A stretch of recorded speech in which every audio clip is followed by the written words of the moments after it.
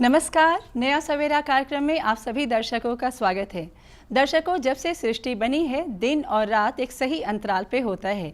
पर जरा सोचिए, रात के बाद अगर सवेरा न हो तो क्या होगा?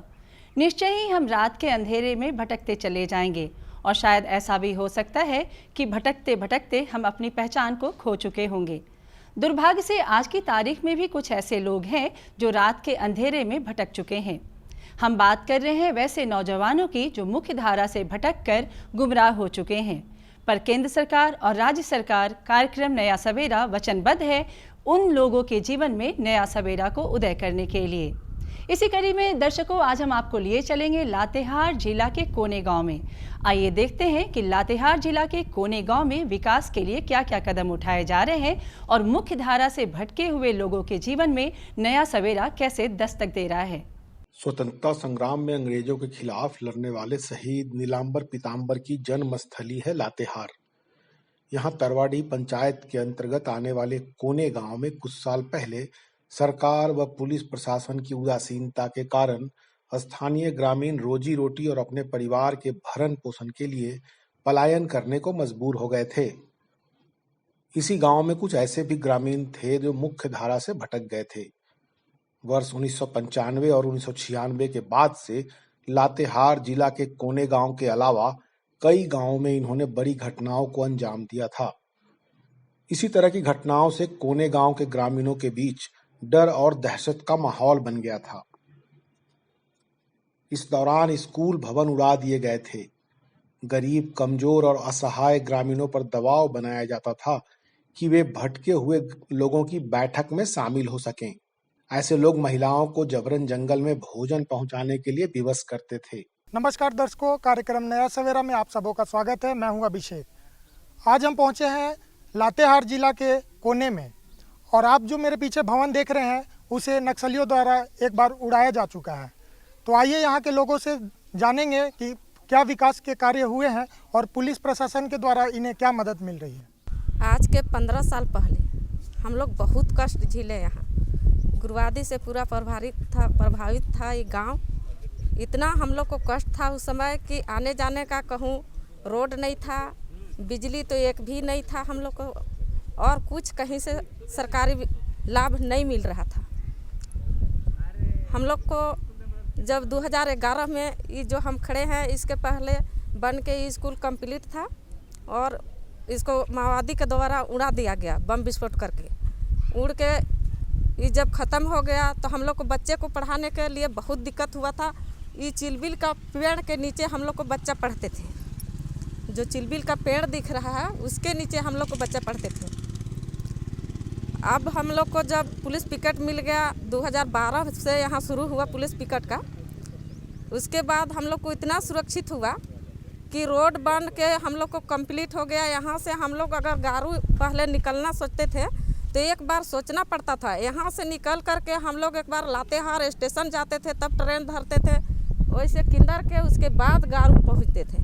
और अभी इतना अच्छा हम लोग को सुविधा हो गया कि 1 घंटा में यहाँ से हम गारू पहुँच सकते हैं, निकलते हैं तो। रही बात कि हर जगह हम लोग पुलिस प्रशासन से विकास हुआ है। पुलिस का पिकेट मिला तो हम लोग को सुरक्षा गांव के सब चीज़ का हो रहा है। रोड का हुआ, कहीं पुल पुलिया बनता था तो पहले उसको भी बम विस्फोट कर के उड़ा दिया जाता था, लेकिन अब काम सुरक्षित हो रहा है। पूरा मदद किए। जब 2012 में आए थे तो सीआरपी वाला लोग यहाँ रहते थे, वो लोग पूरा बांटते थे, पूरा हेल मेल करने के लिए, पब्लिकों को अपने से जुड़ने के लिए। कभी तो तसला मतलब डेगची वगैरह, कढ़ाई, करछुल, कस्तरी, गिलास, डूबा, कपड़े सब बांटते थे वो लोग। अब बांटते थे उसके बावजूद उन लोग को से हेली मेली जैसे मिलनसार हुआ सब बांटते थे। यहाँ कैंप लगाते थे, सब बांटते थे। स्वास्थ्य के लिए दवाई वगैरह भी बांटते थे। तो यहाँ पे मिलनसार हुआ, सब पुलिस वाला से पब्लिक को मिलना जुलना हुआ, आना जाना हुआ। उस समय जब फर्स्ट में आए थे 2008-9 में, उस समय तो पुलिस वाला भी शायद अब ना जाने नसरैली समझ के या जे समझ के मारपीट करते थे, जनता के साथ ज़्यादा होता था। तो डर तो लगता ही था। जैसे पुलिस गांव में घुसते थे तो हम लोग सब नदी तरफ, वो नदी के वो साइड डेग जाते थे। अब तो पूरा का पूरा घर परिवार जैसा लगते हैं। लगता है कि हम लोग को घर का नहीं पब्लिक है, ये मतलब प्रशासन है, तन को फर्क नहीं पड़ता है। लगता है कि हम लोग को घर परिवार है, भाई बहन है, घर का आदमी है, फैमिली है जैसा। पहले तो उनको बैठने भी नहीं देते होंगे आप लोग? नहीं, खुद के बैठने कहाँ से देंगे। ये लोग आते थे तो इतना मारबे करते थे तो भाग जाते थे, हम लोग नदी पार देख जाते थे दौड़ के। लेकिन अब रिहर्सल जब बन गया, सब लगाव हो गया, तो अब तो डर नहीं लगता है पहले जैसा। पहले डर भी लगता था। मान के चलिए कि इधर से माओवादी वाला हम लोग को रैली भेजते थे। एक बार हुआ क्या था कि हम लोग को वही गर्मी का दिन था, हम लोग को जो सरना पूजा सरहुल होता है वो वाला पूजा के दिन था, और हम लोग घर दुरा लिपने में व्यस्त थे। माओवादी वाला नेता लोग आए और जल्दी चलिए डंटा मार रहा है इधर से, समझे। और जैसे लातेहार रैली था, और हम लोग जैसे ही यहाँ से निकले तो रोड में गए तो उधर से बड़ा बाबू आ गए फोर्स लेके, कने जाएंगे। और साथ पीछे से पार्टी वाला भी थे, वो लोग तो दौड़ गए, चढ़ गए पहाड़ में। हम लोग नीचे बचे, सब कुछ रहर के कटाइल था उस समय। रहर के हम लोग डांटी बिछने लगे, तबों में मार हो रहा है। अच्छा, तो बताइए, तो जब उग्रवादी आता था तो क्या कहता था आप लोग को? खाना वाना भी वो लोग खाना मांगते थे।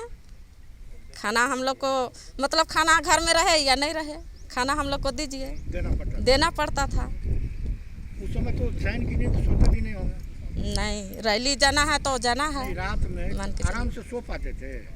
आराम से कहाँ सो पाइएगा। मान के चलिए रात में आ गए 8 बजे रात के, खाना बनाना है या तो मीटिंग बैठना है, कहीं रैली जुलूस करना है, रांची जाना है तो कलकत्ता जाना है, यहाँ से कलकत्ता तक हम लोग रैली गए हैं। लेकिन पिछले कुछ सालों से राज्य सरकार के सकारात्मक पहल और सरकार द्वारा चलाई गई विभिन्न योजनाओं का लाभ सुदूरवर्ती क्षेत्रों के ग्रामीणों को मिलने लगा है। इसके साथ ही प्रशासनिक अधिकारी और स्थानीय पुलिस प्रशासन का सहयोग लिया जा रहा है। इतना ही नहीं, आत्मसमर्पण नीति के तहत भी काफी काम किए गए हैं। हम लोग फरवरी 2019 से यहाँ पर काम कर रहे हैं। जब से आए हैं सर, पहले टीचर यहाँ पर नहीं थे। अस्थायी शिक्षक तो अभी भी प्राथमिक लेवल पर नहीं है, एक पारा शिक्षक हैं। लेकिन हम लोग 3 लोग हाई स्कूल में आए हैं, हम ही लोग 1 से 10 तक पूरा संभालते हैं। तो जब यहाँ आप ज्वाइन किए तो कोने के बारे में आपको पता नहीं था जो उग्रवाद प्रभावित क्षेत्र है? जी पता था, धीरे धीरे उग्रवाद तो अब कम ही हो गया है, कहीं वैसा उग्रवाद रहा नहीं है यहाँ पे। बच्चों की संख्या स्कूल में कितनी बढ़ी है? बच्चों की संख्या हमारे आने से पहले 200 से नीचे थी। अभी हम लोग जब से आए हैं अभी 280 हमारे यहाँ बच्चे हैं। और मैट्रिक का रिजल्ट हमारा आने से पहले 18 से 20% होता था। 2 साल से पिछले साल 94% और 2021 में 100% रिजल्ट हुआ है। यहाँ के लोग जब आपसे मिलने के लिए आते हैं क्या बताते हैं शिक्षा के बारे में? शिक्षा के बारे में बताते हैं कि सर बच्चों को पढ़ाया जाए। शिक्षा के प्रति लोग यहाँ पर जागरूक हो रहे हैं, धीरे धीरे शिक्षा के प्रति उत्साह उनमें आ रहा है। बच्चे को भेज रहे हैं, रेगुलर भेज रहे हैं और साफ़ सफाई के साथ भेज रहे हैं। कोविड वैक्सीन का भी हम लोग बच्चों को अभी अभियान चला के वैक्सीनेशन करवा रहे हैं। 12 से 14 आज से शुरू हुआ है। उससे पहले 15 साल से ऊपर के बच्चों को हम लोग वैक्सीनेशन करवाए हैं। और सिर्फ बच्चों को नहीं बल्कि ग्रामीण लोगों को भी हम लोग बढ़ चढ़ कर, शुरू में तो बहुत दिक्कत हो रही थी, 10 आदमी भी मिलना वैक्सीन के लिए मुश्किल हो रहे थे, लेकिन अभी लगभग हम लोग 100% वैक्सीनेशन करवा चुके हैं इस गाँव में। शिक्षा को लेकर के और क्या लोगों को जागरूक करना चाहेंगे आप? शिक्षा के लोग लेकर यही करना चाहेंगे कि अधिक से अधिक संख्या में बच्चों को भेजें, बच्चों को पढ़ाई के प्रति रुचि जगाएं, घर में बच्चों को देखें कि क्या स्कूल में पढ़ाई हो रही है। पुलिस प्रशासन का कितना मदद मिल रहा है? क्योंकि आपके पीछे जो भवन है एक समय उड़ा दिया गया था, तो पुलिस प्रशासन का कितना सहयोग मिल पा रहा है? काफ़ी सहयोग है, सभी लोग सहयोगात्मक हैं। बगल में कैंप है, सभी लोग आते रहते हैं, मिलते रहते हैं। हमेशा हम लोग घुल मिल के ही रहते हैं और उनके द्वारा बताया जाता है कि सर आप लोगों को अगर कोई दिक्कत होगी तो हम लोग को बताइए, कहीं कोई ऐसे परेशानी वाली बात नहीं है। पहले तो बहुत उग्रवादी से हम लोग प्रभावित थे और बहुत परेशानी। क्या परेशानी? जैसे रैली जुलूस धरना प्रदर्शन के रात के लाठी डंडा से मार के लगता था। दिल्ली कभी चंदवा, रांची, लोहरदगा। आप लोग विरोध नहीं करते थे? विरोध हम लोग क्या करेंगे सर, राइफल के आगे कोई कर सकता है। लेकिन सुना है जो पीछे एक पुल भी उड़ा दिया था। हाँ, पुल भी उड़ा था। यो पीछे मेरा स्कूल है कोने का, 2011 में इसका पूरा ध्वस्त कर दिया था। नया नया रूम बनल था, बहुत कठिनाई बच्चों के पढ़ने के लिए। पेड़ है बगल में चिलविल का, उसमें पढ़ाई होता था। तो पहले का कोने और अभी का कोने में कितना बदलाव पा रहे हैं? अभी तो बहुत हम लोग को कोई परेशानी नहीं है, बहुत सहयोग। पुलिस अभी 24 घंटा मैंने सहयोग कर रहे हैं। तो विकास का काम क्या क्या हो रहा है? विकास तो बहुत अच्छा तरह से हो रहा है। रोड नहीं था, पुल नहीं था, सब पुलिया हो गया। आवास नहीं था, आवास मिल गया। गैस सरकार दी है मोदी। आप चूँकि मुखिया तो विकास का कौन कौन सा काम कर रहे हैं? अभी तो 15वीं वित्त का चल रहा है योजना। नली हो गया, चबूतरा हो गया, और जो अभी सोलर टैंक लगल है वो सब हो रहा है। अभी भी आता है उग्रवादी आपको? अभी नहीं आता है, अभी तो दर्शन ही नहीं रहता है। रहता होगा, पहाड़ में रहता होगा, मगर गांव में नहीं आता है। आप लोग आराम से रहते हैं? हम लोग बहुत आराम से रहते हैं। काम विकास का काम जो आप कर रहे हैं उसमें पुलिस प्रशासन के कितना सहयोग मिल रहा है? पूरे सहयोग रहते हैं। कोई भी दिक्कत रहता है तो तुरंत फ़ोन करते हैं, क्या बात है, क्या दिक्कत है, तुरंत सहयोग करते हैं। लेकिन सुने हैं जो बच्चों के लिए, युवाओं के लिए बहुत सारा खेल कूद का सामान, कम्बल वितरण। हाँ, CRPF वाला पहले रहते थे, 214 बटालियन ये सब रहते थे ना, तो पूरा कमल बांटते थे, तसला बांटते थे। हम लोग साथ बला के ही बांटते थे। फुटबॉल बांटते थे, जर्सी बांटते थे, पूरा सब नवयुवक लेकिन लोग का। हाल ही में सरकार द्वारा चलाए जा रहे नई दिशा एक नई पहल कार्यक्रम के तहत लातेहार प्रखंड के कोने गांव में नया पुलिस पिकेट स्थापित किया गया। कभी जिस स्कूल के भवन को उड़ा दिया गया था, अब उसी स्कूल को बेहतर तरीके से बनाकर बच्चों को शिक्षा दिया जा रहा है।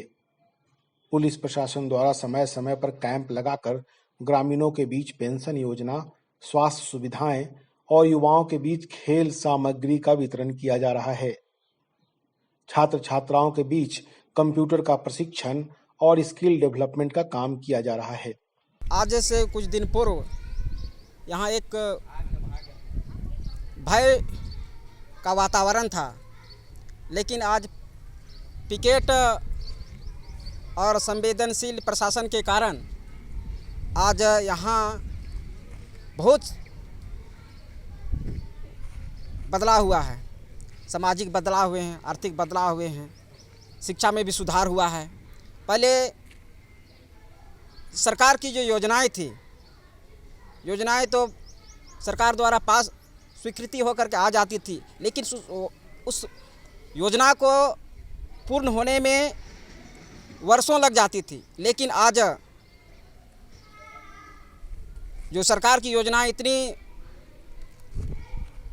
तीव्र गति से पूर्ण होती है। इसके बगल में एक 4 दीवारी जो आप देख रहे हैं, ये माननीय मुख्यमंत्री जी 29 नवंबर को आए थे, उसी समय का ये काम हुआ है। लगभग 1-1.5 महीने में एक काम लगभग पूर्ण की स्थिति में आ गई है।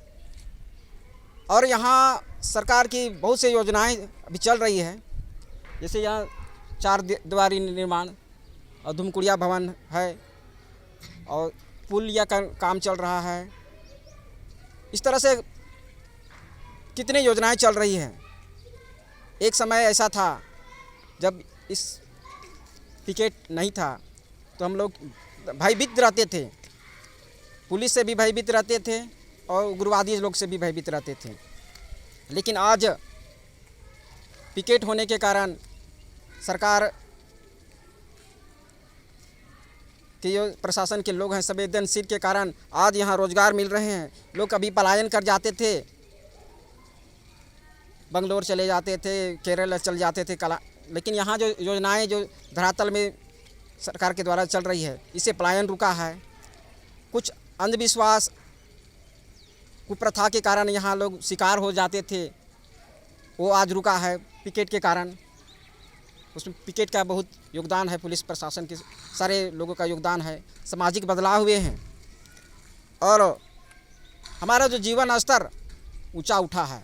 जब यहाँ की योजनाएं सरकार की एकदम आ रही है तो हम वहाँ मजदूरी करेंगे या जो भी करेंगे तो लोगों का जीवन स्तर ऊंचा उठा है, लोगों के जो आय है, आमदनी है, वो बढ़ा है। और जो पुलिस प्रशासन के द्वारा सामुदायिक पुलिसिंग कार्यक्रम के तहत लोगों को घरेलू सामान जिनको जो आवश्यकता है, जो है ना, वो पूरे वितरण होता है। और यहाँ तक ये जो देख रहे हैं सामुदायिक पुलिसिंग तहत ये स्कूल विद्यालय में पुस्तकालय की भी व्यवस्था हुई है और जो फर्नीचर वगैरह भी यहाँ इस विद्यालय में मिले हैं। तो पुलिस प्रशासन और हमारे सर DC साहब के द्वारा इस यहाँ इसके बगल में बहुत सी योजनाएं चल रही है। सोलर आधारित लिफ्ट इरिगेशन का काम ही चल रहा है। हाल ही में मुख्यमंत्री हेमंत सोरेन ने भी आपके अधिकार आपकी सरकार अभियान के तहत कोने गांव का दौरा किया। उन्होंने शहीद नीलांबर पीतांबर की प्रतिमा पर माल्यार्पण किया और यहां के ग्रामीणों के बीच परिसंपत्तियों का वितरण किया। सरकार का उद्देश्य सिर्फ यही है कि जो लोग मुख्य धारा से भटक गए हैं वे अपने गांव घर वापस लौट आएं। वे पुलिस के समक्ष आत्मसमर्पण कर हथियार डाल दें। भटके हुए युवक युवतियां आत्मसमर्पण कर खुद भी जिएं और अपने बच्चों के भविष्य को बेहतर बनाएं। वे समाज की मुख्य धारा में लौटकर अपने परिवारों के बीच रहें और खुशहाल जीवन व्यतीत करें। आत्मसमर्पण नीति का व्यापक असर भी दिख रहा है और तेजी से भटके हुए युवा मुख्य धारा में वापस लौट रहे हैं। आज पहले जब छोटा थे 10-12 साल के, उस समय तक ही यहाँ उग्रवादी क्षेत्र बहुत ज़्यादा रहा करता था, जो कि इतना कि समझिए तो जब कहीं से आता था तो गांव के आदमी के ही खाना मांगता था, फिरता था, कैसे करो वैसे करो, जीटा टानी परेशान करते रहता था। लेकिन जब से पिकेट लगा तब से हम लोग के पूरा राहत है। विकास में भी बढ़ोतरी हुई है पहले शिक्षा में भी जब उग्रवादी क्षेत्र था उस समय शिक्षा में भी बहुत गड़बड़ चल रहा था, मतलब पढ़ाई लिखाई नहीं हो रहा था जंगल झाड़ होने के चलते। और अभी है कि जब पिकेट लगा उसके बाद है कि उग्रवादी अभी उतना मतलब उस अब नहीं के बराबर रहता है गांव में। और अभी है कि विकास की ओर विकास तेज़ी से बढ़ रहा है, अभी कुछ बाकी भी है। हाँ, कुछ यहाँ ग्रामीण क्षेत्र में अभी है कि गांव के स्कूलों में भी टीचर की कमी के चलते है कि पढ़ाई लिखाई अभी भी बाधित है, नहीं हो पा रहा है। इसे थोड़ा सा हम लोगों के लिए परेशानी है। और यहाँ से लातेहार जाके पढ़ना, हम लोग करीब गुरबा आदिम जनजाति के लोग ज़्यादातर रहते हैं, उसके लिए भी बहुत दिक्कत है। थोड़ा सा इसमें अगर किया जाए तो हमारे लिए, हमारे गांव के लिए, हमारे गांव समाज के लिए विकास ये होगा। तो दर्शकों, आपने देखा लातेहार जिला के कोने गांव में लोग कैसे निरंतर विकास की ओर आगे बढ़ रहे हैं। जब हम विकास की बात करते हैं तो विकास करना कोई चुटकी बजाने का खेल नहीं है। इसे पाने के लिए बहुत सारी योजना बनानी होती है और योजना को जन जन तक पहुंचाना होता है, और इसके लिए प्रशासन बखूबी काम कर रही है। इसी कड़ी में दर्शकों, आज हम आपको मिलवाएंगे लातेहार जिला के पुलिस जिला अधीक्षक अंजनी अंजन जी से। आइए मुलाकात करते हैं और उनसे जानते हैं कि प्रशासन हमारे लिए क्या क्या काम करता है। लातेहार पिछले 2 दशकों से नक्सलवाद से जूझ रहा है। ऐसे में जहाँ एक हम लोग प्रयास कर रहे हैं कि नक्सल की समस्या को बल का प्रयोग करके और उनको कमज़ोर करके ख़त्म करें, वहीं दूसरी तरफ हम लोग विकास के कई कार्य करके, जिसमें कि प्रमुखता से मैं बताना चाहूँगा कि स्कूल में फैसिलिटी प्रोवाइड करना, ऐसे क्षेत्र में जो सुदूरवर्ती हैं जहाँ अच्छे रोड की कनेक्टिविटी नहीं है वहाँ रोड का बनाया जाना, या स्पोर्ट्स कॉम्पिटिशन्स ऑर्गेनाइज करके, स्पेशली यहाँ के लोगों में फुटबॉल और हॉकी को लेकर काफ़ी रुझान है, तो उसमें हम लोग प्रमोट कर रहे हैं। साथ में इरिगेशन की फैसिलिटी प्रोवाइड की जा रही है। जैसे अभी आप देखेंगे तो अगले 4 महीना यहाँ पे काफ़ी सूखा रहने वाला समय है, तो ऐसे में हम लोग प्रयास करते हैं कि लोगों को इरिगेशन की फैसिलिटी दी जाए और अलग अलग फंड के माध्यम से जो भी इससे प्रभावित लोग रहे हैं उनको अच्छी एग्रीकल्चर के फील्ड में अच्छे अनाज उसकी सुविधा दी जाए, या फूड प्रोसेसिंग का काम किया जाए। जो यूथ हैं उनके लिए हम लोगों ने कई जगहों पे, जैसे कोने हमारा एक गांव है लातेहार से करीब 10 किलोमीटर दूर है, या और भी सुदूरवर्ती गांव है, मंडल है, तो वहाँ पे हम लोगों ने लाइब्रेरी बनाई है जहाँ पर न केवल हम लोग उपन्यास और कहानियों के किताब रखे हैं, बल्कि साथ में कॉम्पिटिटिव एग्ज़ाम के लिए भी हम लोगों ने वहाँ पे लोगों को पुस्तक अवेलेबल करा रहे हैं। और हमारा ये एक प्रयास रहता है कि जिसका जैसा इंटरेस्ट हो, या तो कोई स्पोर्ट्स में अगर इंटरेस्टेड है तो कई लेवल पे हम लोग उसको चांस देते हैं, प्रमोट करते हैं, जर्सी प्रोवाइड करते हैं, स्पोर्ट्स का किट प्रोवाइड करते हैं, खुद मैच भी ऑर्गेनाइज कराते हैं। और जिनका पढ़ाई में ज़्यादा जिनकी अभिरुचि है उनके लिए कंपटीशन के एग्ज़ाम के लिए, उसके तैयारी के लिए किताब हम लोग प्रोवाइड करते हैं। पुलिस प्रशासन जैसे एक तो हम लोग कई लोगों को ट्रेनिंग दे रहे हैं, कंप्यूटर की ट्रेनिंग दे रहे हैं, कंप्यूटर के कोर्सेज करा रहे हैं, कई जगहों पे हम लोग स्किल डेवलपमेंट की कोशिश कर रहे हैं। तो हम लोगों ने अपने कैंप के आसपास के एरिया में ट्रेनिंग सेंटर बना रखा है ताकि उनको ये ट्रेनिंग मिले और आगे वो स्किलफुल बन के अपना जॉब प्राप्त करें। पुलिस प्रशासन के द्वारा सर लोगों के बीच बेहतर माहौल बनाने के लिए क्या किया जाता है? इस विषय में हम लोग स्टार्ट करते हैं पहले अवेयरनेस कैंपेन से। तो नक्सल से क्या नुकसान हो रहा है और नक्सल प्रभावित क्षेत्र में रहने का क्या रिस्क है, इस बारे में हम लोग बड़े बड़े पोस्टर लगाते हैं हर जगह, जिसमें नक्सल के द्वारा किए गए अत्याचार, उनके द्वारा आईडी ब्लास्ट कहाँ कहाँ किया गया, कितने आम जनों को उससे क्षति हुआ, कितने जानवरों को क्षति हुआ, ये बताते हैं। साथ ही हम उनको ऐसे लोगों से भी मिलवाते हैं और अवेयर कराते हैं जो अब मुख्य धारा में जुड़ गए हैं और अपने परिवार का अच्छे से भरण पोषण कर रहे हैं। साथ में ऐसे क्षेत्रों के बारे में भी बताते हैं जहां नक्सल प्रभावित नहीं होने के कारण विकास का कितना काम हुआ है। तो इस तरह से एक तुलनात्मक हम उन लोगों को बताते हैं, उसका अध्ययन कराते हैं और लोगों के बीच अवेयरनेस फैलाते हैं। साथ में आज हम सबका नंबर, हम सब पूरी तरह से 24/7 लोगों के लिए अवेलेबल हैं। तो उन्हें ये भी बताते हैं कि आपको डरने की ज़रूरत नहीं है, आप हमारे पास आइए। उनकी गोपनीयता को हम लोग मेंटेन रखते हैं अगर वो सूचना देते हैं तो, और बहुत त्वरित कार्रवाई करते हैं। तो एक तरह से लोगों के बीच सुरक्षा का एक माहौल बनाते हैं और साथ में उनको बताते हैं कि अगर वो नक्सल के इस बीमारी से इस क्षेत्र को निकालने में हमारी मदद करें तो इससे उनको कितना फ़ायदा है। दर्शकों, हमें पूरी उम्मीद है कि आज का ये अंक आपके जीवन में एक नई प्रेरणा का उदय करेगा और आप जीवन में निरंतर आगे बढ़ते जाएंगे। हमारे कार्यक्रम का समय हो रहा है यहीं पे समाप्त, लेकिन चलते चलते हम आपको याद दिलाना चाहेंगे कि कोरोना विश्वव्यापी महामारी अभी तक संपूर्ण रूप से समाप्त नहीं हुआ है। तो बहुत ज़रूरी है कि इससे हम अपना बचाव करें। बचाव करने के लिए सरकार जितने भी गाइडलाइन जारी की है उसका पालन करना चाहिए, यानी मास्क, सैनिटाइजर और वैक्सीनेशन। और जहाँ पे भीड़ है वहाँ से हमें बच के रहना चाहिए। अगले अंक में फिर होगी अपनी मुलाकात कार्यक्रम नए सवेरा के साथ। तब तक के लिए हमें दीजिए इजाज़त। नमस्कार।